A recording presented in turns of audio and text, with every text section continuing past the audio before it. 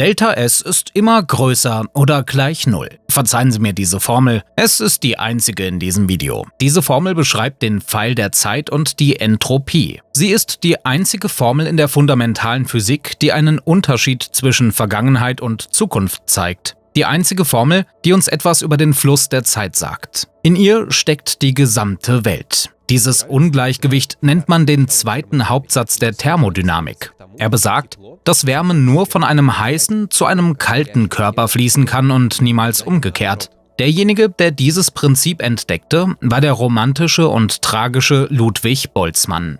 Dieser österreichische Wissenschaftler war der Erste, der begann zu verstehen, was in dieser Formel verborgen liegt. Damit brachte er uns die Antwort auf die große Anomalie näher, die Sie beobachten können, indem Sie einfach aus dem Fenster schauen. Ludwig Boltzmann glaubte, dass unsere Welt aus winzigen Atomen besteht. Er wusste, dass er auf dem richtigen Weg war. Er konnte zeigen, dass das Verhalten von Gasen durch die kollektive Bewegung von Molekülen oder Atomen erklärt werden kann. Diese Entdeckung lieferte ihm indirekte Beweise für die Existenz von Atomen, doch sie gab ihm keine Möglichkeit, sie direkt zu beobachten. Das Fehlen direkter Beweise machte Ludwig anfällig für Kritik von seinen Kollegen, doch das war nicht das, was ihn am meisten beunruhigte. Über Jahrzehnte versuchte er den Ursprung physikalischer Ordnung zu erklären. Trotz seiner wissenschaftlichen Erfolge blieben seine Bemühungen erfolglos. Die Vorhersagen von Boltzmanns Theorie standen im Widerspruch zu dem, was er zu zeigen versuchte. Sein alltägliches Erleben sagte ihm, dass die Ordnung um ihn herum zunahm. Blumen blühten, Bäume wuchsen und die Industrialisierung füllte die Gesellschaft mit Maschinen. Boltzmanns Theorie sagte jedoch voraus, dass die Ordnung nicht zunehmen, sondern verschwinden müsste. Das erklärte, warum heiße Körper abkühlen, warum Kaffee sich im Wasser auflöst und warum Vogelgesang im Wind verschwindet. Ludwig zeigte, dass die Mikrostrukturen des Universums die Ordnung zerstören und in Chaos verwandeln. Das Wachstum der Ordnung um ihn herum beunruhigte Ludwig. Er wusste, dass in seiner Theorie etwas fehlte, doch er konnte nicht herausfinden, was es war. 1906, erschöpft von seinen Versuchen, diese Anomalie zu verstehen, nahm sich Boltzmann das Leben. Und ab diesem Moment begann sein Körper, bestehend aus Atomen, den unaufhaltsamen Zerfall, wie es seine Theorie vorausgesagt hatte. Das 20. Jahrhundert bestätigte Boltzmanns Recht in Bezug auf die Atome und teilweise auch seine Leidenschaft für interdisziplinäre Fragen. Quantenmechanik, Molekularbiologie, Biochemie und die Evolutionstheorie halfen dabei, verschiedene wissenschaftliche Disziplinen zu vereinen. Doch neben diesen Verbindungen gab es ein weiteres Konzept, das alle Wissensbereiche verband: die Idee der Information. Diese faszinierte und entzog sich Boltzmann. Im 20. Jahrhundert wuchs nicht nur die Menge an Informationen, sondern auch die Versuche der Wissenschaftler, dieses Phänomen zu verstehen. Diesmal wurden sie jedoch nicht von der Schönheit der Natur inspiriert, sondern von den Schrecken des Krieges. Die Notwendigkeit der geheimen Kommunikation während des Zweiten Weltkriegs führte zur Untersuchung von Informationen mit mathematischen Methoden. Die Kodierung und Dekodierung von Nachrichten war eine große mathematische Herausforderung. Pioniere in diesem Bereich wie Claude Shannon, Warren Weaver, Alan Turing und Norbert Wiener wurden als die ersten Kybernetiker bekannt. In den 1950er und 1960er Jahren eroberte die Idee der Information die Wissenschaft im Sturm. Informationen waren weder mikroskopisch noch makroskopisch. Man konnte sie auf Tontafeln schreiben oder in der DNA dicht verpacken. Die Unabhängigkeit der Information von der Größe machte sie für Wissenschaftler aus verschiedenen Bereichen attraktiv. Biologen erforschten die Kodierung erblicher Informationen in Genen, Ingenieure erfanden Kommunikationsgeräte, Computerwissenschaftler, Psychologen und Linguisten modellierten das Gehirn mit elektronischen Denkmaschinen. Trotz ihres wachsenden Ansehens geriet die physikalische Natur der Information, die Boltzmann beschäftigte, allmählich in Vergessenheit. Das Wort Information wurde zunehmend mit dem Unmateriellen und Digitalen assoziiert, doch Information hat eine physikalische Natur, genau wie Atome oder die Energie ihrer Bewegung. Sie ist weder fest noch flüssig, besitzt aber eine physikalische Eigenschaft, ähnlich der Bewegung und Temperatur. Information ist physikalische Ordnung. 1949 veröffentlichten Claude Shannon und Warren Weaver das Buch The Mathematical Theory of Communication. also die mathematische Theorie der Kommunikation, indem sie die Mathematik dessen beschrieben, was wir heute als Informationstheorie kennen. Um die Informationstheorie richtig zu verstehen, mussten sie das Wort Information von seiner alltäglichen Bedeutung trennen, nämlich von Sinn und Bedeutung. Dieses Bestreben, Information von Bedeutung zu trennen, hatte sowohl technische als auch philosophische Gründe. Technisch gesehen wollte Shannon Maschinen schaffen, die Informationen unabhängig vom Sinn der Nachricht übermitteln konnten. Philosophisch gesehen verstanden die Autoren, dass Information und Bedeutung grundlegend verschiedene Konzepte sind. Menschen können Informationen mit Bedeutung füllen, aber das, was durch die Drähte übertragen wird, ist nur Information. Zum Beispiel kann der Ausdruck 11. September bei Amerikanern und Chilenen unterschiedliche Assoziationen wecken. Die Bedeutung schaffen die Menschen. Die Einheit der Wahrnehmung bedeutet nicht, dass Information und Bedeutung dasselbe sind.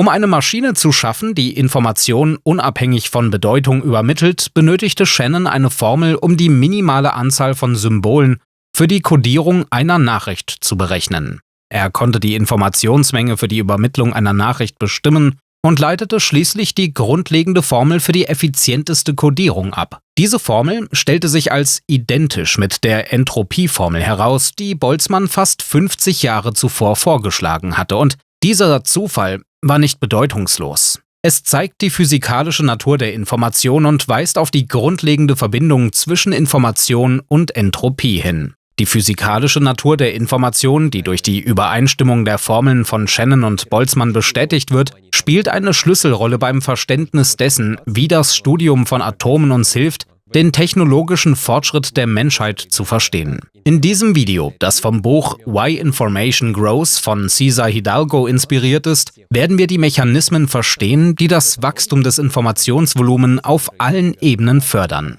Von Atomen bis zur Zivilisation.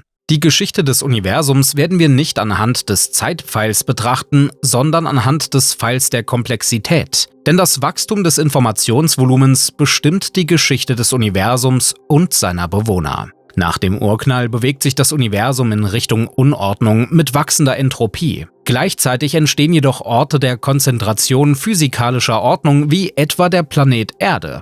Über Milliarden von Jahren wächst die Informationsmenge auf der Erde weiter, wodurch unser Planet zu einer Oase wird. Information und Wissen wachsen hier dank der Energie der Sonne und den sich selbst verstärkenden Mechanismen der Evolution des Lebens. All das, was mich, Ludwig Boltzmann, fasziniert, und ich denke auch Sie, ist physikalische Ordnung oder Information. Es ist eine hohe Konzentration an Komplexität, die wir jedes Mal sehen, wenn wir die Augen öffnen, und sie existiert nicht, weil die Information im ganzen Universum verbreitet ist, sondern weil wir von ihr geboren wurden und sie selbst erschaffen. In diesem Video erhalten Sie die Antwort auf Boltzmanns Frage. Sie werden verstehen, warum das Wachstum der Entropie im Universum Hand in Hand geht mit dem grenzenlosen Wachstum der Informationsmenge. Wir werden verstehen, wie das Wachstum von Chaos und Unordnung mit dem Wachstum von Komplexität und Ordnung, das das Leben zeigt, einhergeht. Ich bin Sascha und das ist Homo Deus.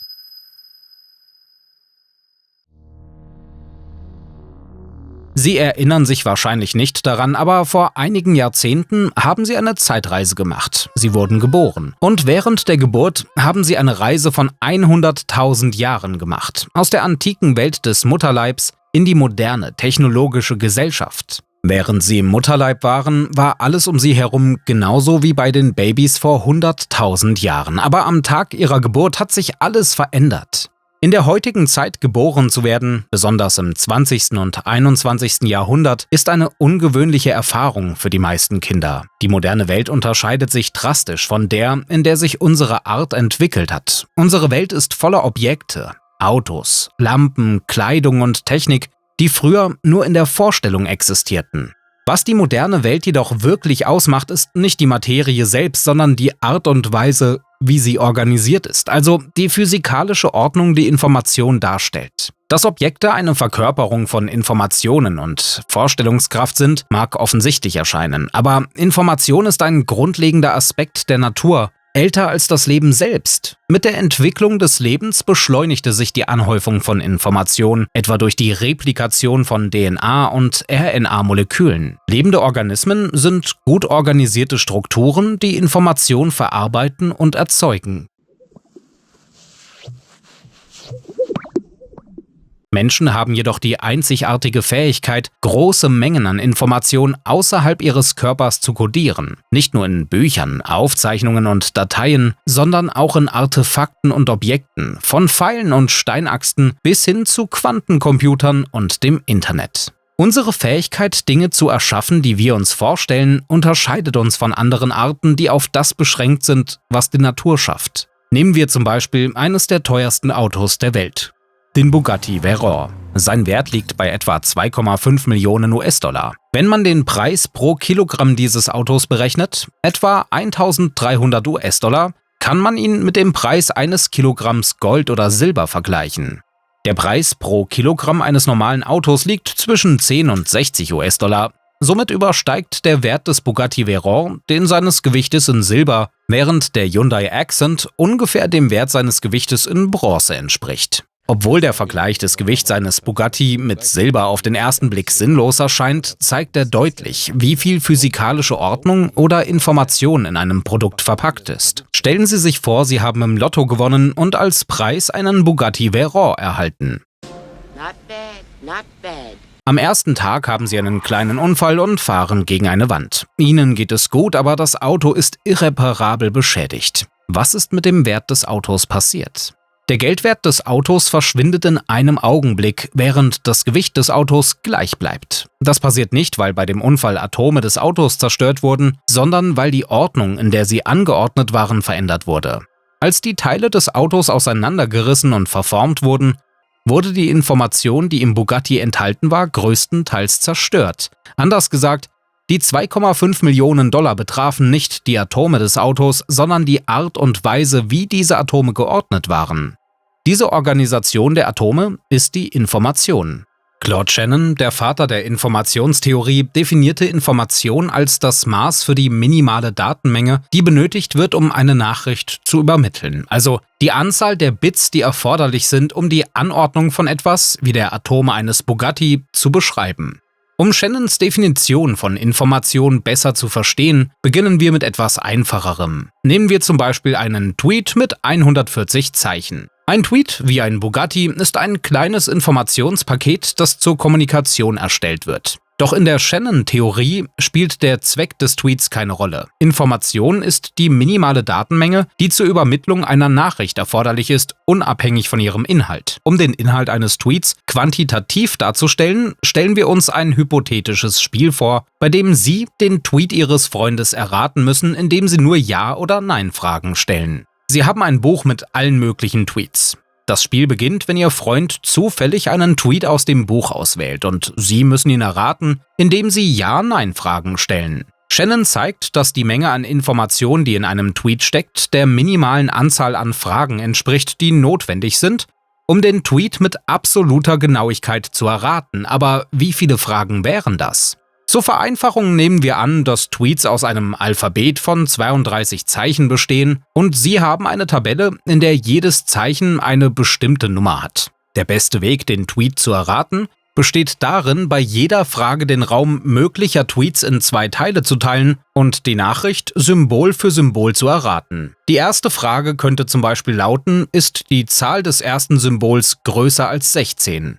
Wenn die Antwort Nein lautet, befindet sich das erste Symbol des Tweets im Bereich von A bis P. Die zweite Frage wäre: Ist die Zahl des ersten Symbols größer als 8? Wenn die Antwort Ja lautet, befindet sich das erste Symbol zwischen I und P und so weiter. Jede Frage halbiert die Anzahl der möglichen Symbole. Bei 32 möglichen Symbolen werden 5 Fragen benötigt, um jedes Symbol zu erraten. Ein Tweet mit 140 Fragen erfordert also 700 Ja-Nein-Fragen oder in den Worten der Informationstheorie 700 Bits. Shannons Theorie ist die Grundlage moderner Kommunikationssysteme. Indem er die Anzahl der Bits für die Kodierung von Nachrichten quantifizierte, half Shannon bei der Entwicklung von Technologien für die digitale Kommunikation. Er nannte sein Maß Entropie auf Anraten von John von Neumann. Die Formel für dieses Maß war dieselbe wie die für die Entropie in der statistischen Physik, die fast 50 Jahre zuvor von Boltzmann abgeleitet worden war.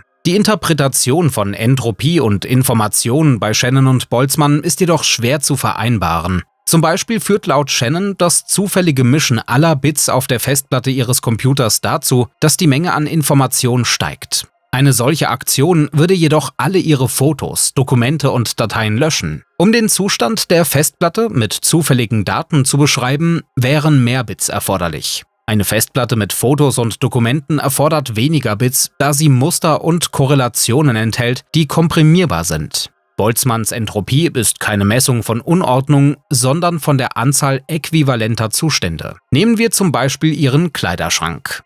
Die Entropie nach Boltzmann bezieht sich auf die Anzahl der verschiedenen Möglichkeiten, wie Sie Ihre Kleidung in den Schrank legen können. In der Regel gibt es mehr unordentliche Anordnungen als ordentliche. Wenn Sie jedoch plötzlich einen zweiten identischen Schrank hinzufügen, erhöht sich die Entropie, da Sie die Kleidung auf noch mehr verschiedene Arten organisieren können, ohne dass es notwendigerweise unordentlicher wird. Auf Shannons Sprache reduziert sind die Begriffe Information und Entropie funktional äquivalent, da die Anzahl der Bits, die benötigt werden, um eine Nachricht zu erstellen, Information nach Shannon, eine Funktion der Anzahl der möglichen Nachrichten ist, die übermittelt werden können, die Menge der möglichen Zustände, was wir als Entropie verstehen. Doch das bedeutet nicht, dass Entropie und Information dasselbe sind. Wie der Nobelpreisträger Manfred Eigen sagte, Entropie bezieht sich auf den durchschnittlichen physischen Zustand, während Information sich auf den spezifischen physischen Zustand bezieht. Kehren wir zum Bugatti-Beispiel zurück. Unser Beispiel mit dem Auto ist komplexer als der Tweet, da es eine bestimmte Anordnung einer großen Menge von Atomen betrifft und nicht nur 140 Zeichen. Wir suchen nicht nach jeder möglichen Konfiguration der Atome, sondern nach der, die den Bugatti darstellt. Zum Beispiel verändert das Umsetzen der Reifen die Anordnung der Atome, beeinflusst aber nicht die grundlegenden Eigenschaften des Autos. Daher gilt ein Bugatti mit umgesetzten Reifen als identisch. Die Menge der funktionsfähigen Bugattis in einem perfekten Zustand ist relativ klein. Die Gruppe der beschädigten Bugattis umfasst mehr mögliche Zustände und hat eine höhere Entropie, trägt jedoch weniger Informationen. Dennoch würden mehr Bits benötigt, um eine Nachricht über sie zu übermitteln. Die größte Gruppe möglicher Zustände ist die von Bugattis, die auf ihre Bestandteile wie Eisenerz und andere chemische Elemente zurückgeführt wurden. Das völlige Zerlegen eines Bugatti zerstört die Information, während der Bau eines Bugatti die Information verkörpert. Dieses Beispiel zeigt uns, dass Materiekonfigurationen, die Information verkörpern, selten und schwer zu erreichen sind. Das Problem ist, dass Systeme nicht frei von einem beliebigen Zustand in einen anderen übergehen können. Die bestehende Ordnung der Materie schränkt die möglichen Transformationen ein und der Übergang von Unordnung zu Ordnung erfordert viele aufeinanderfolgende Schritte. Es gibt viel weniger Wege von Unordnung zu Ordnung als umgekehrt. Deshalb würde es Milliarden von Jahren dauern, bis sich ein Wecker von selbst zusammensetzt, wenn Sie die Teile in einer Schachtel schütteln. Der Zauberwürfel. Ähnlich verhält es sich im Universum. Geordnete Zustände, also Information, sind äußerst selten. Eine vergleichbare Ordnung sehen wir in der lebenden Natur. Zum Beispiel in den DNA-Molekülen. Die Sequenz der Nukleotide in der DNA ist nicht zufällig. Wenn man ein echtes Gen eines Tiers mit einer zufälligen Nukleotidsequenz vergleicht, wird sofort klar, dass das Gen eine spezifische Ordnung, einen Sinn hat. Solche sinnvollen informationsreichen DNA-Sequenzen konnten nicht zufällig entstehen. Sie sind das Ergebnis von Milliarden Jahren Evolution und natürlicher Selektion. Aus den vielen zufälligen Möglichkeiten wählte und bewahrte die Natur die wenigen seltenen Sequenzen, die den Organismen einen Überlebensvorteil verschafften. So wie es für ein Kind schwierig ist, einen Rubik's Cube zu lösen, ist es für die Natur schwierig, geordnete DNA-Sequenzen zu erzeugen, die Information tragen. Das Verständnis von Entropie, basierend auf der Vielzahl von Zuständen, hängt eng mit der Fähigkeit zur Informationsverarbeitung und zum Rechnen zusammen. Das bedeutet, dass es auch mit Intelligenz verbunden ist. Sie kennen vielleicht das Spiel, bei dem Kinder Objekte in passende Öffnungen legen müssen. Im Alter von 14 Monaten können die meisten Kinder Kugeln und Zylinder richtig einsetzen, haben jedoch Schwierigkeiten mit Würfeln und Polygonen. Eine Kugel einzusetzen ist einfach, da sie bei jeder Drehung gleich aussieht. Ein Zylinder ist ebenfalls leicht, da er bei einer Drehung um seine Achse unverändert bleibt. Ein Würfel kann jedoch nur in bestimmten Positionen passen und ein Polygon noch seltener. Ein ungleichmäßiges Dreieck, das nur in einer einzigen Ausrichtung passt, ist für ein Kind wie ein Rubik's Cube. Durch das Spielen lernen Kinder diese seltenen, geordneten Zustände mit niedriger Entropie zu finden. Das Auffinden dieser seltenen, aber nützlichen Zustände ist ein einfaches Modell für Intelligenz. Das alles ist intuitiv verständlich. Deshalb sollten wir uns nun folgende Frage stellen: Woher kommt die Information und warum ist die Zeit irreversibel? Zusammen scheinen diese Fragen ein Rätsel zu bilden. Schließlich fließt die Zeit von Ordnung zu Unordnung, während die Komplexität unserer Welt wächst. Steht der Anstieg der Entropie im Universum im Widerspruch zum Wachstum der Information?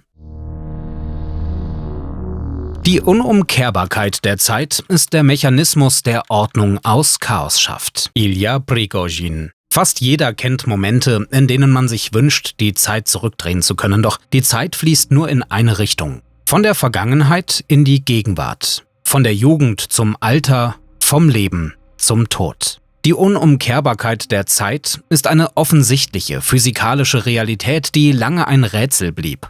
Sogar Newtons und Einsteins Bewegungstheorien erlaubten theoretisch eine Umkehrung der Zeit und konnten nicht erklären, warum ein zerstörtes Auto sich nicht von selbst wieder zusammensetzt. Die Unumkehrbarkeit der Zeit ist nicht nur als Naturphänomen faszinierend, sondern auch wegen ihres Zusammenhangs mit den physikalischen Ursprüngen der Information. Beide Eigenschaften des Universums hängen von den Gesetzen ab, die das Verhalten großer Teilchenmengen regeln. Gemeinsam schaffen die Unumkehrbarkeit der Zeit und die Allgegenwart der Information ein noch größeres Rätsel.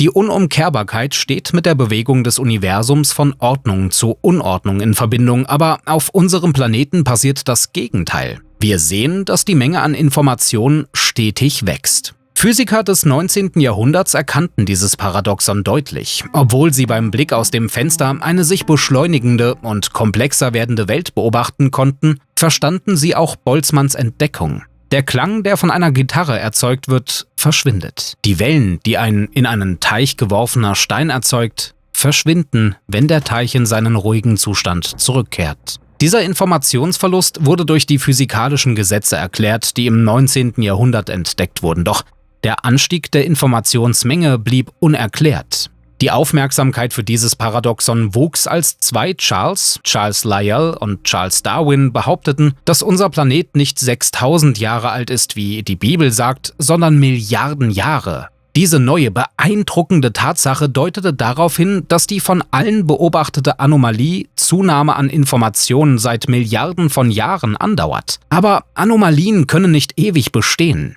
Die einzige logische Schlussfolgerung lautet also, in unserem Verständnis der Natur fehlt etwas. Der größte Erfolg von Ludwig Boltzmann war seine Arbeit von 1878, in der er zeigte, dass Systeme aus einer großen Anzahl von Teilchen dazu tendieren, in Zustände mit minimaler Informationsmenge überzugehen. Das ist das zweite Gesetz der Thermodynamik. Die Entropie geschlossener physikalischer Systeme nimmt immer zu. Hier ein einfaches Beispiel. Was passiert, wenn Sie einen Tropfen Farbe in ein Glas geben? Der Anfangszustand, in dem sich der Tropfen an einer Stelle befindet, enthält viel Information, da es nur wenige Möglichkeiten gibt, wie die Farbe an einer Stelle sein kann und viele Möglichkeiten, wie sie sich gleichmäßig verteilen kann. Das Universum ist voller Beispiele, in denen Information und Komplexität zunehmen. Doch woher kommt all diese Information? Laut den Theorien von Boltzmann, Maxwell, Gibbs und Einstein sollte das Universum zu einer gleichmäßigen Suppe ohne Information und freie Energie werden. Im 20. Jahrhundert gelang es, das Verständnis des Zeitpfeils mit dem physikalischen Ursprung der Information zu versöhnen.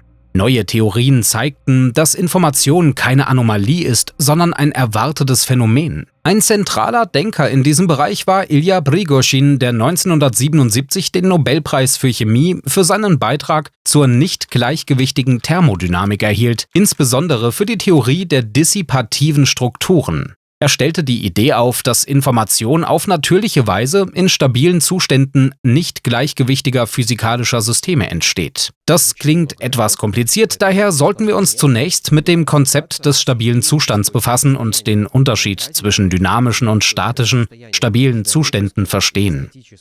Ein Beispiel für einen statischen, stabilen Zustand ist eine Kugel, die in ein Glas geworfen wird. Wir alle wissen, was dann passiert. Kurz nach dem Wurf findet die Kugel eine stabile Position am Boden des Glases. Ein interessanteres Beispiel ist eine Schachtel, die mit Gas gefüllt ist. Wenn wir Gas in die Schachtel pumpen und eine Weile warten, wird die Menge an Gas in der rechten Hälfte der Schachtel der Menge in der linken Hälfte entsprechen. Der stabile Zustand des Gases ist jedoch nicht analog zu der ruhenden Kugel. In der mit Gas gefüllten Schachtel bewegen sich die Moleküle ständig. Der stabile Zustand wird erreicht, wenn die Anzahl der Gasmoleküle, die sich von links nach rechts bewegen, der Anzahl der Moleküle entspricht, die sich von rechts nach links bewegen. Daher ähnelt die Schachtel mit Gas eher dem Beispiel des Farbkleckses im Wasser. Nun betrachten wir ein stabiles Gleichgewicht in einem nicht gleichgewichtigen System. Ein klassisches Beispiel ist ein Wirbel, der entsteht, wenn Wasser aus der Badewanne abläuft. Der Wirbel bleibt stabil, solange Wasser im System vorhanden ist und ist informationsreich, da Wirbel seltene Molekülkonfigurationen sind, die nicht spontan in stehendem Wasser auftreten. Im Wirbel bewegen sich die Moleküle nicht zufällig, sondern mit einer Geschwindigkeit und Richtung, die mit den benachbarten Molekülen korreliert. Die Verwirbelungen von Zigarettenrauch, die Bewegung einer Flamme oder das Leuchten eines Computerbildschirms sind ebenfalls Beispiele für informationsreiche Strukturen. Selbst Sie und Ihr Smartphone sind Beispiele für nicht gleichgewichtige physikalische Systeme. Prigozhin erkannte, dass Boltzmanns Theorien auf die Phänomene, die wir auf der Erde beobachten, nicht anwendbar ist, da unser Planet ein nicht gleichgewichtiger Bereich innerhalb eines gleichgewichtsstrebenden Universums ist.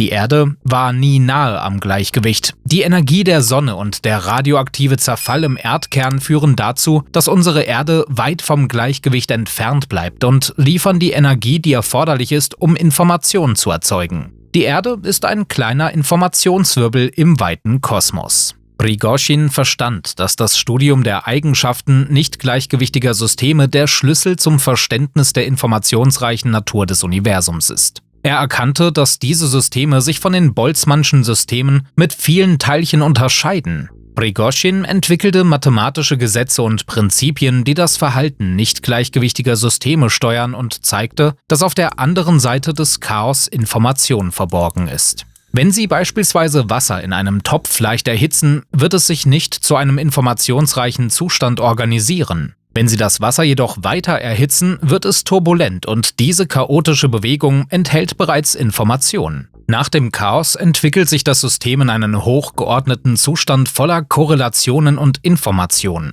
Beobachten Sie das kochende Wasser im Topf genau. Zunächst erwärmt sich das Wasser gleichmäßig, dies ist ein Gleichgewichtszustand. Wenn Sie es weiter erhitzen, erscheinen jedoch geordnete Strukturen, schöne Muster, in denen das Wasser in einer bestimmten Richtung zirkuliert. Dies ist ein Beispiel für die Selbstorganisation in einem nicht gleichgewichtigen System, wie es Ilja Prigozhin beschrieben hat. Es stellt sich heraus, dass in Systemen, die weit vom Gleichgewicht entfernt sind, und das sind die meisten Systeme in der Natur, Ordnung und Organisation von selbst entstehen. Deshalb ist das Auftreten geordneter Strukturen, die Information tragen, auf einem nicht gleichgewichtigen Planeten wie der Erde keine Anomalie, sondern eine logische Konsequenz. Doch jede Ordnung hat einen Feind, die Entropie. Sie strebt immer danach, geordnete Strukturen zu zerstören. Sobald sie das Feuer unter dem Topf ausschalten, verschwinden die schönen Zellen ohne jede Spur. So wie in der Natur ist die Entropie immer bereit, die Inseln der Ordnung zu verschlingen, sobald die Bedingungen weniger günstig werden.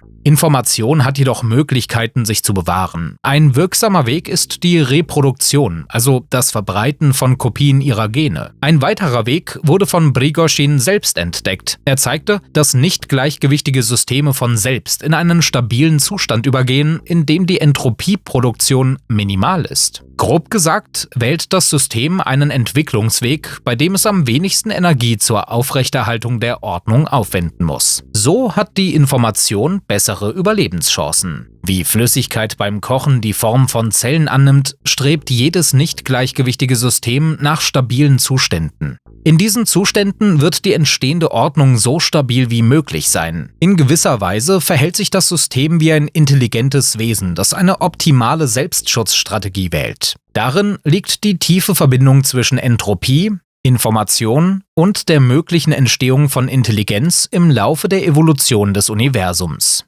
Hier könnte man sich in den Feinheiten der nicht gleichgewichtigen statistischen Physik verlieren, aber unser Ziel in diesem Video ist es, den Ursprung der Information zu verstehen. Ilya Prigozhin und Grégoire Nicolis bemerkten in ihrer brillanten Arbeit von 1971 über die Verbindung zwischen nicht gleichgewichtigen Systemen und dem Leben: Im Allgemeinen ist die Zerstörung von Strukturen eine Situation, die in der Nähe des thermodynamischen Gleichgewichts vorherrscht.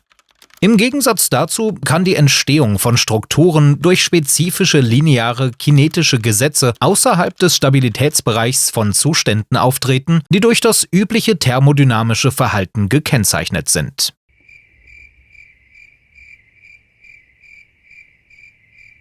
Vereinfacht gesagt: In der Natur, wenn alles im Gleichgewicht ist, neigen Dinge dazu, sich aufzulösen und zu verschwinden. Aber wenn das Gleichgewicht gestört ist und verschiedene Prozesse ablaufen, können neue interessante Strukturen und Formen entstehen, die vorher nicht existierten. Stellen Sie sich eine Improvisation einer Jazzband vor. Wenn die Musiker begeistert spielen, entstehen neue Melodien und Harmonien. Doch diese Musik lebt nur einen Moment und verschwindet, wenn sie nicht aufgenommen wird.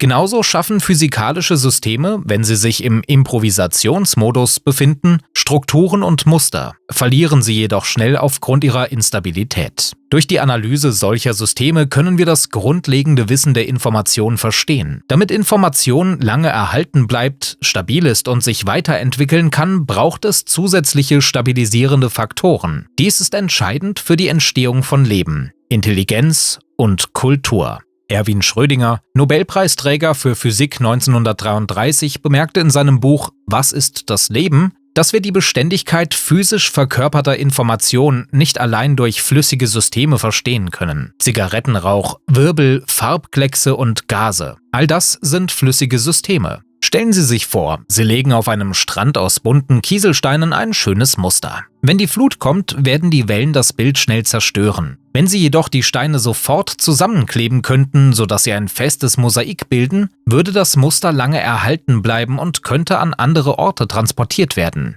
Ähnlich verhält es sich mit Informationen der Natur. Wenn Information in etwas Festem, Strukturiertem und Stabilen verkörpert ist, kann sie viel länger bestehen und weitergegeben werden als in einem flüssigen und veränderlichen Zustand. Deshalb betonte Erwin Schrödinger, dass feste Körper der Schlüssel zum Verständnis des Lebens sind. Die Moleküle von Proteinen und DNA, die alle Informationen über lebende Organismen enthalten, sind aperiodische Kristalle. Diese Strukturen wiederholen sich nicht, enthalten jedoch großräumige Korrelationen. Gerade diese kristalline Struktur macht sie zu idealen Informationsträgern. Wenn wir die Ideen von Prigozhin und Schrödinger zusammenführen, verstehen wir, woher Information kommt. Das stabile Gleichgewicht nicht gleichgewichtiger Systeme und warum sie erhalten bleibt, weil sie in festen Körpern gespeichert wird. Die poetische Eigenart dieser Kombination besteht darin, dass unser Universum gleichzeitig gefroren und dynamisch ist. Dennoch impliziert der Anstieg des Informationsvolumens mehr als nur kristalline feste Körper und dynamische Wirbel. Damit Information wirklich akkumuliert werden kann, benötigt das Universum einen weiteren Trick.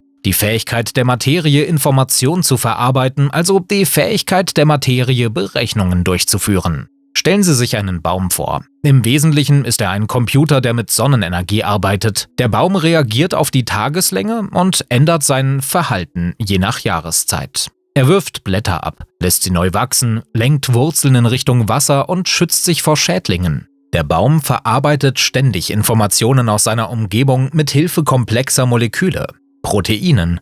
Natürlich hat der Baum kein Bewusstsein und keine Sprache wie wir, aber er verarbeitet ebenfalls Informationen, wenn auch auf andere Weise. Dies geschieht, weil der Baum eine stabile Struktur ist, die in einem nicht gleichgewichtigen System entstanden ist. Bäume sind jedoch lebende Organismen. Deshalb kann man anhand von Bäumen nicht behaupten, dass die Fähigkeit zur Informationsverarbeitung, also zum Rechnen, vor dem Leben entstanden ist.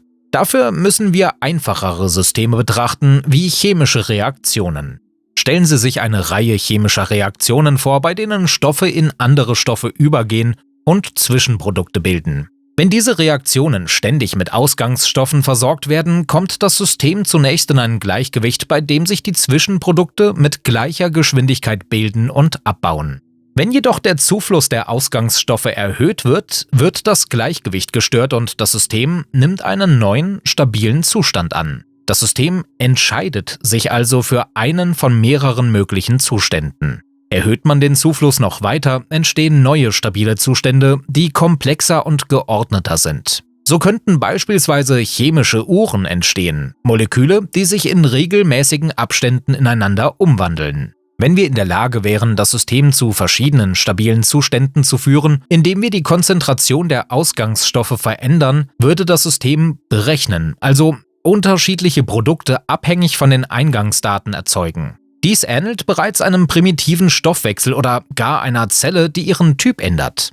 Komplexe chemische Systeme können also Informationen verarbeiten. Das bedeutet, dass die Fähigkeit zur Berechnung und damit die Information selbst schon vor dem Leben existierte. Das Leben wurde erst durch die Fähigkeit der Materie zu rechnen möglich. Übrigens gibt es zu dieser wichtigen Eigenschaft der Materie ein eigenes Video auf dem Kanal. Boltzmann konnte nicht verstehen, warum die Ordnung im Universum zunimmt und nicht abnimmt, wie es das zweite Gesetz der Thermodynamik vorhersagt. Doch Leben und Intelligenz sind in der Lage, lokal Informationen anzusammeln und Ordnung zu schaffen, was den allgemeinen Anstieg der Entropie im Universum beschleunigt. Wie Erwin Schrödinger in seinem Buch schrieb, ernährt sich das Leben von negativer Entropie, die es der Umgebung entzieht, während es positive Entropie abgibt. So wird das Paradoxon aufgelöst. Leben und Intelligenz sammeln Informationen, indem sie den Entropiezuwachs in ihrer Umgebung noch weiter beschleunigen. Aber wie hängt das alles mit der Unumkehrbarkeit der Zeit zusammen, über die wir am Anfang gesprochen haben? Stellen Sie sich einen See vor, auf dessen Oberfläche etwa 100.000 biologisch abbaubare Kugeln aus einem Lastwagen gekippt wurden. Am Anfang waren alle Kugeln im Lastwagen gesammelt. Dann wurden sie in den See freigesetzt und verteilten sich über die gesamte Wasseroberfläche. Können wir nun zu einem beliebigen Zeitpunkt den Fluss der Kugeln umkehren, als ob die Zeit zurückläuft? Können wir sie wieder in ihre ursprüngliche Position bringen? Stellen wir uns vor, wir hätten zwei fantastische Maschinen. Die erste kann die Geschwindigkeiten aller Kugeln auf unseren Befehl hin sofort ändern, allerdings mit begrenzter Genauigkeit. Die zweite Maschine kann die Position und Geschwindigkeit jeder Kugel mit extrem hoher, aber dennoch endlicher Präzision messen. Versuchen wir nun mit diesen Maschinen die Zeit zurückzudrehen. Zuerst geben wir den Kugeln eine Geschwindigkeit mit geringer Genauigkeit. Sagen wir bis auf 2 Dezimalstellen genau. Funktioniert das? Nein. Das System, das aus tausenden energieerhaltenden Kugeln besteht, ist ein chaotisches System. Schon winzige Ungenauigkeiten in den Anfangsbedingungen führen dazu, dass sich Fehler rasch anhäufen. 2 Dezimalstellen Genauigkeit reichen nicht aus, um die Kugeln genau in ihre Ausgangsposition zurückzubringen. Wie wäre es, wenn wir die Genauigkeit erhöhen? Nehmen wir 10 Dezimalstellen oder 100? Es wird trotzdem nicht funktionieren. Solange die Genauigkeit endlich ist, lässt sich die Zeit nicht zurückdrehen. In einem chaotischen System werden sich alle Ungenauigkeiten aufsummieren. Um die Zeit umzukehren, bräuchten wir also unendliche Genauigkeit, unendlich viele Informationen. Das bedeutet, dass statistische Systeme nicht in ihren ursprünglichen Zustand zurückkehren können, dass es von jedem Moment aus unendlich viele Wege zurück gibt. Vorwärts schreitend scheinen solche Systeme den Weg zurück zu vergessen.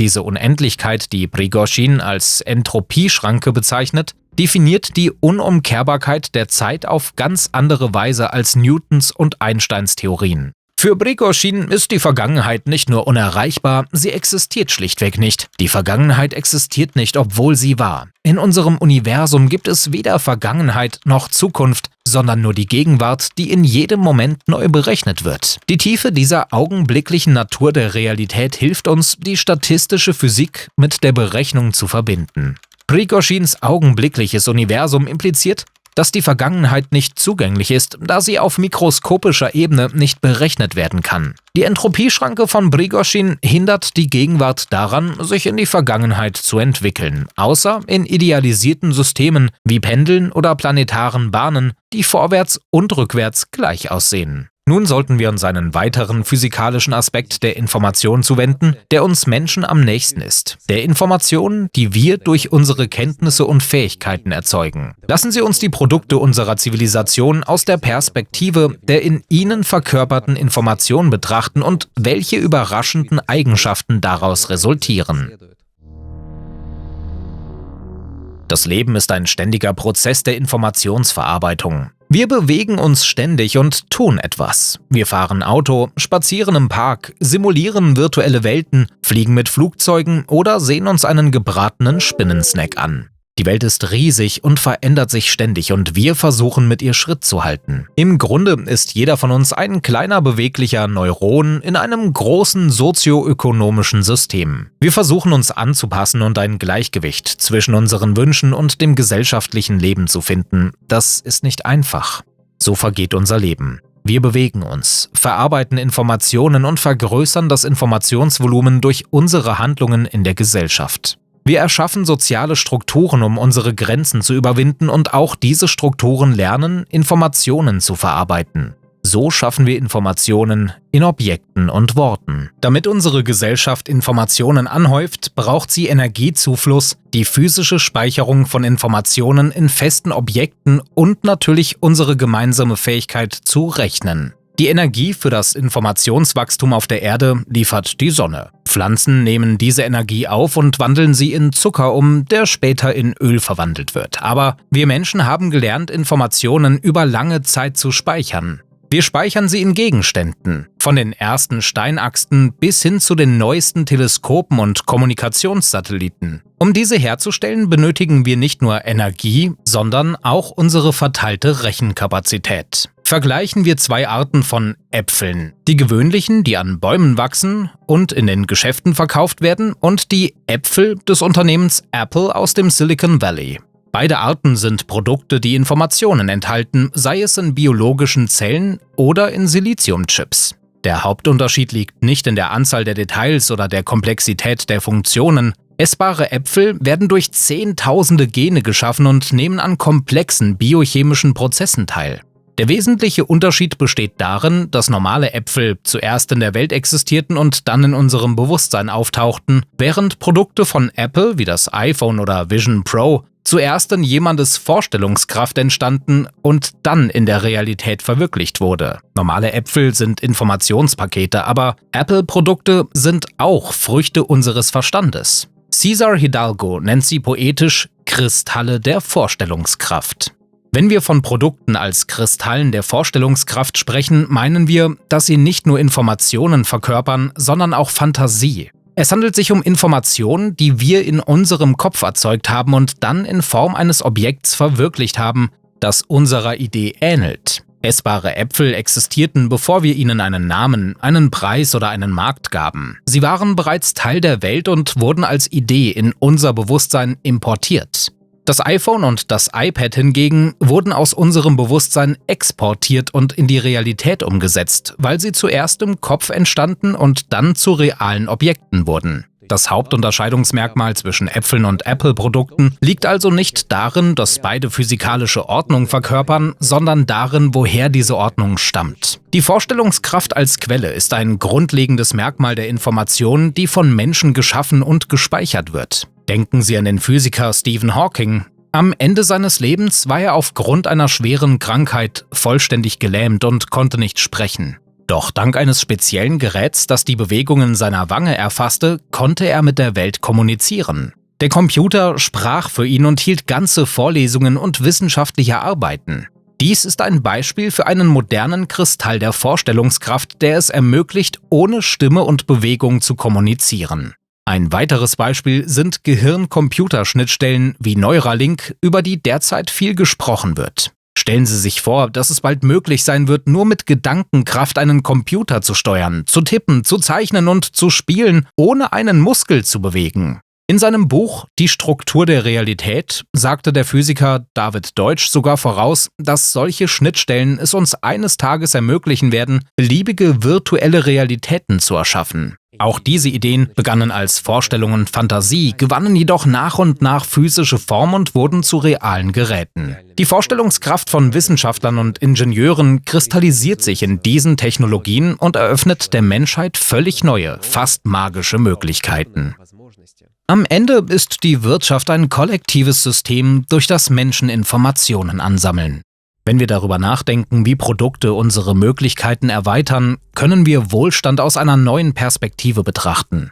Denn es ist das Vermögen, Wissen in physische Objekte zu verpacken, das es uns ermöglicht, viel komfortabler zu leben, als wenn wir auf uns allein gestellt wären.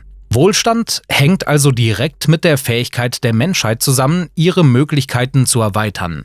Märkte machen uns nicht durch Geld reicher, sondern durch Weisheit. Sie geben uns Zugang zu dem Wissen und der Vorstellungskraft anderer Menschen, die über die gesamte Geschichte hinweg angesammelt wurden. Zum Beispiel entdeckte der Physiker Michael Faraday im 19. Jahrhundert die Gesetze der elektromagnetischen Induktion, ohne die moderne Stromgeneratoren unmöglich wären. Außerdem erfand er den ersten Elektromotor, den später Nikola Tesla verbesserte. Jedes Mal, wenn wir uns also unsere Haare föhnen, staubsaugen oder einen Smoothie im Mixer zubereiten, hilft uns Michael Faraday. Auch wenn wir ihn nie getroffen haben, genauso wenig wie unsere Eltern oder Großeltern. Man kann sagen, dass die Wirtschaft ein System ist, das uns das Wissen und die Fähigkeiten von Faraday, Tesla, Edison und vielen anderen Genies der Vergangenheit vermittelt. In jedem elektrischen Gerät leben gewissermaßen die Geister dieser großen Wissenschaftler. Die Welt der Dinge um uns herum ist also nicht einfach nur eine Ansammlung toter Gegenstände, sondern ein Speicher von Wissen, Fantasie und Fähigkeiten anderer Menschen. Und natürlich ist die Fähigkeit, Wissen in Objekte zu integrieren, nicht nur dem Menschen vorbehalten. Zum Beispiel schreiben auch Ameisen Informationen in die Umgebung, indem sie Pheromone verwenden. Eine einzelne Ameise ist nicht besonders klug, aber die Kolonie als Ganzes kann extrem komplexe Aufgaben lösen. Tunnel bauen, die Belüftung regulieren und optimale Routen finden. Menschen tun das Gleiche, aber nicht mit Gerüchen, sondern indem sie physische Objekte schaffen. Von Schraubenziehern bis zu Pyramiden. Gerade diese Fähigkeit, Fantasien in der Welt der Dinge zu realisieren, hat es uns ermöglicht, eine Gesellschaft und eine Wirtschaft zu erschaffen, die weitaus komplexer ist als die einer Ameisenkolonie. Aber wie groß ist unser Potenzial? Wohin kann uns der Weg des technologischen Fortschritts und des Wissenswachstums führen? Der Physiker Max Tegmark formuliert in seinem Buch Leben 3.0 seine Gedanken zum Potenzial des Lebens folgendermaßen. Meiner Meinung nach ist die inspirierendste aller wissenschaftlichen Entdeckungen, dass wir das zukünftige Potenzial des Lebens chronisch unterschätzen. Es gibt keinen Grund, unsere Bestrebungen und Träume auf die etwa 100 Jahre zu beschränken, die wir mit Krankheiten, Armut und Unwissenheit verbringen. Im Gegenteil, dank technologischer Fortschritte kann das Leben Milliarden Jahre lang gedeihen und nicht nur hier im Sonnensystem, sondern im gesamten Universum, das viel interessanter und grenzenloser ist, als es sich unsere Vorfahren vorstellen konnten. Das ist eine erstaunliche Nachricht für eine biologische Spezies, die Informationen sammeln und ihre Existenzgrenzen über Jahrhunderte hinaus ausdehnen kann. Die Olympischen Spiele beeindrucken uns, weil sie die physischen Grenzen des Menschen erweitern. Die Wissenschaft erweitert unsere Kenntnisse und unser Verständnis der Welt. Die Kunst eröffnet neue Horizonte im Schaffen des Schönen und bereichert das Leben. Wenn uns bekannte Lebensgrenzen durch Technologien verschoben werden können, was sind dann die wahren Grenzen des Lebens? Wie viel von der uns bekannten Materie kann das Leben zu seinem Vorteil nutzen? Wie viel Energie und Informationen kann es gewinnen und wie viele Berechnungen kann es durchführen? Diese ultimativen Grenzen sollten nicht durch Vermutungen und Logik, sondern durch die Gesetze der Physik bestimmt werden. Überraschenderweise ist es einfacher, das fernere Potenzial des zukünftigen Lebens zu verstehen, als das unmittelbare. Wenn wir die gesamte 13,8 Milliarden Jahre lange Geschichte des Universums auf eine Woche komprimieren, würden die letzten 10.000 Jahre unserer Geschichte weniger als eine halbe Sekunde einnehmen. Wenn zukünftiges Leben weiterhin nach der Erweiterung seiner Grenzen strebt, wird es Technologien und Kristalle des Vorstellungsvermögens schaffen, um diese endgültigen Grenzen zu erreichen. Können wir sicher sagen, dass zukünftiges Leben so ehrgeizig sein wird? Nein, das wissen wir nicht. Vielleicht wird es selbstzufrieden und träge, doch es gibt Grund zu der Annahme, dass der Drang zur Weiterentwicklung eine Art genetische Eigenschaft höher entwickelter Lebensformen ist. Und was auch immer das Leben erreichen will, sei es Intelligenz, Langlebigkeit, Wissen oder neue Erfahrungen, es wird Ressourcen benötigen und das bedeutet, dass es Technologien bis an ihre Grenzen entwickeln und den Weltraum erforschen muss. Man kann annehmen, dass das Leben an vielen Orten im Kosmos unabhängig entsteht. In diesem Fall werden wenig ehrgeizige Zivilisationen kosmisch unbedeutend bleiben, während die ehrgeizigsten Lebensformen die attraktivsten Teile des Kosmos für sich beanspruchen. Die natürliche Selektion wird dann im kosmischen Maßstab wirken. Früher oder später werden alle verbleibenden Lebensformen nach Entwicklung streben. Schauen wir uns an, was man mit den Ressourcen unseres Sonnensystems machen kann und welche Ressourcen durch die Erforschung des Weltraums gewonnen werden können. Für hochentwickeltes Leben ist die baryonische Materie, also alles, was aus Atomen und ihren Teilchen besteht, die wichtigste Ressource. Mit den richtigen Technologien kann man daraus alles erschaffen. Kraftwerke, Computer oder sogar lebende Organismen. Lassen Sie uns also die Einschränkungen für Energiequellen und Rechenkapazitäten untersuchen, die für fortgeschrittene Lebensformen relevant sind. Jede Diskussion über die Zukunft des Lebens führt zwangsläufig zu einem oder mehreren Konzepten, die den Namen des theoretischen Physikers Freeman Dyson tragen. Neben seinen visionären Ideen war Dyson zusammen mit Julian Schwinger und Richard Feynman ein Mitbegründer der Quantenelektrodynamik und anderer exakter wissenschaftlicher Theorien. Er war überzeugt, dass eine kosmische Zivilisation, die große Ziele verfolgt, so viel Energie wie möglich aus ihrem Sonnensystem gewinnen muss.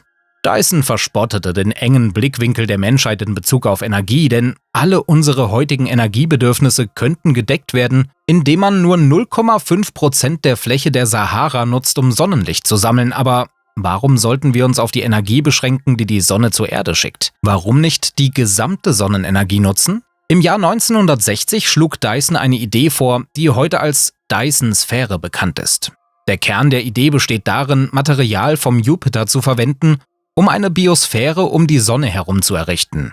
Unsere Nachkommen könnten in 100 Milliarden Mal mehr Biomasse leben und 1 Billion Mal mehr Energie nutzen als heute. Dyson sah darin einen natürlichen Schritt für jede fortgeschrittene Zivilisation, sich selbst in eine künstliche Biosphäre um ihren Stern zu versetzen. Auf der Innenseite einer Dyson-Sphäre würde man die Sonne immer direkt über sich sehen und ihr Licht würde von überall reflektiert werden. Um die Sterne zu sehen, müsste man auf die Außenseite der Sphäre gehen. Eine relativ einfache Möglichkeit, eine partielle Dyson-Sphäre zu bauen, wäre die Anordnung von Ringen bewohnbarer Sektionen auf einer Umlaufbahn um die Sonne.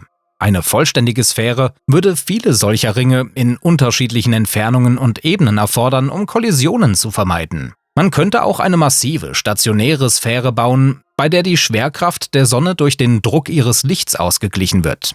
Eine solche Sphäre könnte allmählich erweitert werden, indem man immer mehr Satelliten, sogenannte Statiten, hinzufügt. Diese müssten sehr leicht sein, etwa 100-mal leichter als Papier. Tatsächlich ist das machbar. Ein Graphenblatt ist 1000-mal dünner als Papier und dennoch extrem stark. Wenn die Sphäre Licht reflektiert statt absorbiert, wird das Licht im Inneren sehr intensiv und bläht die Sphäre auf, was ihr ermöglicht, mehr Masse zu tragen. Für eine schwerere, feste Dyson-Sphäre wären extrem starke Materialien erforderlich, die Belastungen aushalten, die 1000-mal größer sind als die Fundamente von Wolkenkratzern. Die Sphäre müsste beweglich und intelligent sein, um ihre Form und Position zu ändern und Asteroiden sowie Kometen durch spezielle Öffnungen passieren zu lassen. Für die Menschen von heute wäre das Leben auf einer Dyson-Sphäre, gelinde gesagt, ungewöhnlich oder sogar unmöglich. Im Orbit gäbe es kaum Gravitation und auf einer stationären Sphäre wäre die Schwerkraft 10.000-mal schwächer als auf der Erde. Es gäbe auch kein Magnetfeld zum Schutz vor der Strahlung der Sonne, es sei denn, es wird künstlich erzeugt, aber es gibt auch gute Nachrichten. Auf einer Dyson-Sphäre im Orbit der Erde hätten wir 500 Millionen Mal mehr Platz als jetzt. Wenn wir im Weltraum unter Bedingungen leben wollen, die denen der Erde ähnlich sind, gibt es eine weitere gute Nachricht. Es ist viel einfacher, solche Stationen zu bauen als eine Dyson-Sphäre. Der Physiker Gerard O'Neill entwickelte das Konzept zylindrischer Raumstationen mit künstlicher Schwerkraft, Schutz vor kosmischer Strahlung, einem 24-Stunden-Tages-Nacht-Zyklus sowie einer erdähnlichen Atmosphäre und Ökosystemen. Not bad, not bad. Solche Stationen könnten um die Sonne oder innerhalb einer Dyson-Sphäre kreisen oder an deren Außenseite befestigt werden. Die Idee besteht darin, zwei riesige Zylinder zu bauen, die sich in entgegengesetzte Richtungen drehen. Durch die Zentrifugalkraft würden im Inneren künstliche Schwerkraft wie auf der Erde entstehen. Die Achsen der Zylinder müssten immer auf die Sonne ausgerichtet sein. Mit Hilfe von Spiegeln könnte der Sonnenstrahl so gesteuert werden, dass im Inneren der Station ein Tag- und Nachtrhythmus wie auf der Erde herrscht. Kleine Zylinder um die Station herum könnten für landwirtschaftliche Zwecke genutzt werden. Obwohl Dyson-Sphären nach unseren Maßstäben extrem effizient wären, verstoßen sie nicht gegen die Gesetze der Physik. Albert Einstein zeigte, dass bei einer 100%igen Umwandlung von Masse in Energie selbst eine kleine Masse eine enorme Energiemenge freisetzen kann, gemäß der Formel E = mc². Ups, die zweite Formel im Video. Wenn wir viel Antimaterie hätten, was wir momentan gar nicht haben, könnten wir problemlos ein Kraftwerk mit einem Wirkungsgrad von 100% bauen. Ein Teelöffel Antimaterie in einem Wassertank zu geben, würde so viel Energie freisetzen wie bei der Explosion von 200.000 Tonnen TNT oder einer gewaltigen Wasserstoffbombe. Diese Menge Energie könnte die ganze Welt für 7 Minuten versorgen. Leider sind alle unsere aktuellen Methoden zur Energieerzeugung äußerst ineffizient. Wenn wir Nahrung verdauen, nutzen wir nur einen winzigen Bruchteil Energie, etwa ein Billionstel. Wäre unser Magen auch nur zu 0,001% effizient, würde eine Mahlzeit für unser ganzes Leben ausreichen. Kohle und Benzin sind nur geringfügig effizienter. Moderne Atomreaktoren nutzen nur 3–5% der Energie des Urans. Selbst der Fusionsreaktor der Sonne, der 10-mal besser ist als unsere derzeitigen Technologien, nutzt nur 0,7% der Energie des Wasserstoffs. Ein perfekter Fusionsreaktor könnte theoretisch einen Wirkungsgrad von 30–40% erreichen, aber auch das ist weit von der Perfektion entfernt. Es muss etwas Besseres geben.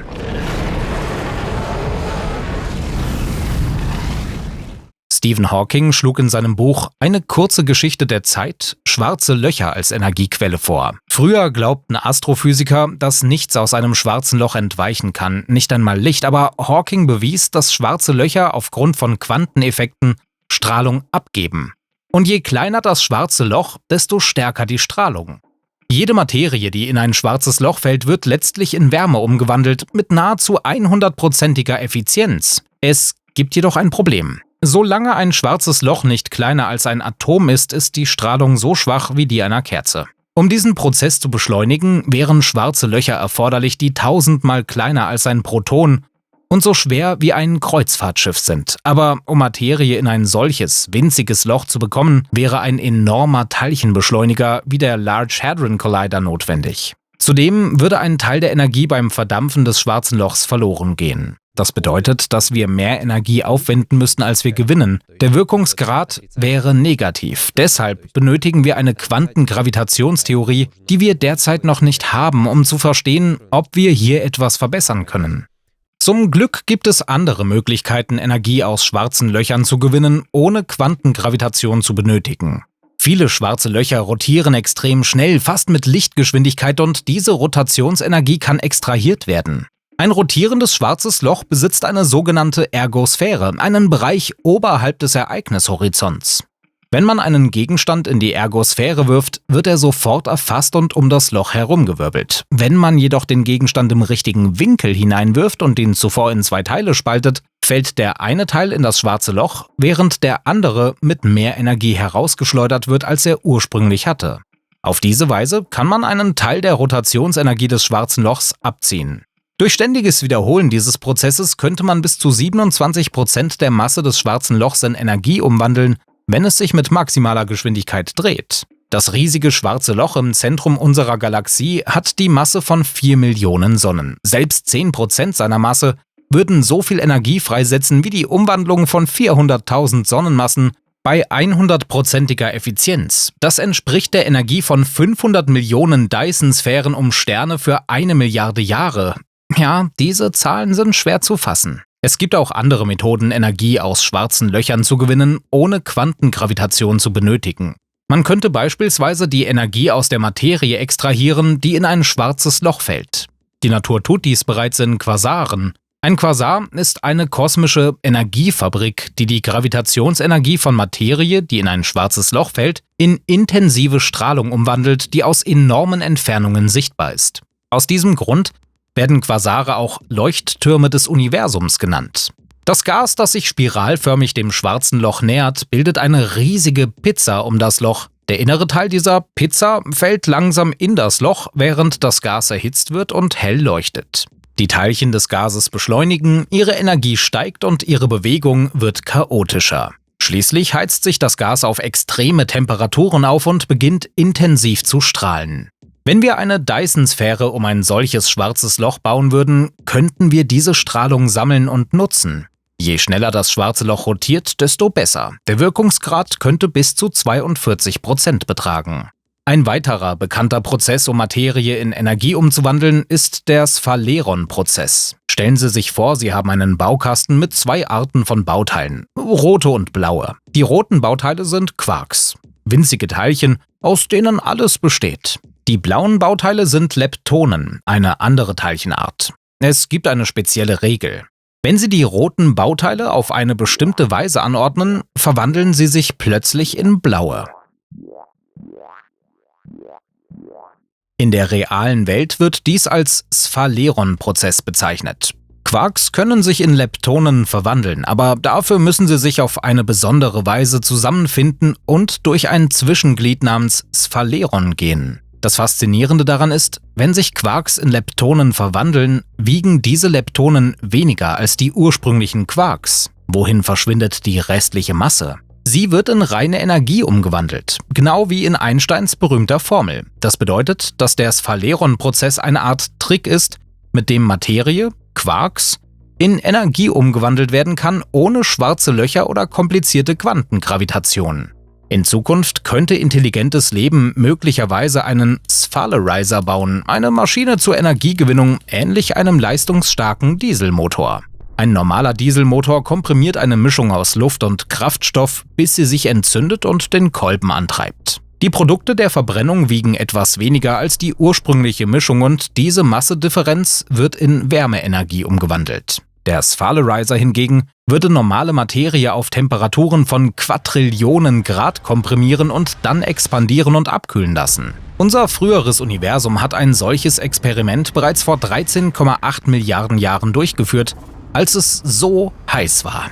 Fast die gesamte Materie wurde in Energie umgewandelt und nur weniger als 1 Milliardstel blieb als Quarks und Elektronen übrig, also als normale Materie. Ein Sphalerizer würde 1 Milliarde Mal effizienter sein als ein Dieselmotor und als Brennstoff könnte er jede Art von Materie verwenden, solange sie Quarks enthält. Durch diesen Hochtemperaturprozess hat das frühe Universum 1 Billion Mal mehr Strahlung, Photonen und Neutrinos als Materie, Quarks und Elektronen erzeugt. In den 13,8 Milliarden Jahren seit dem Urknall hat eine große Trennung stattgefunden.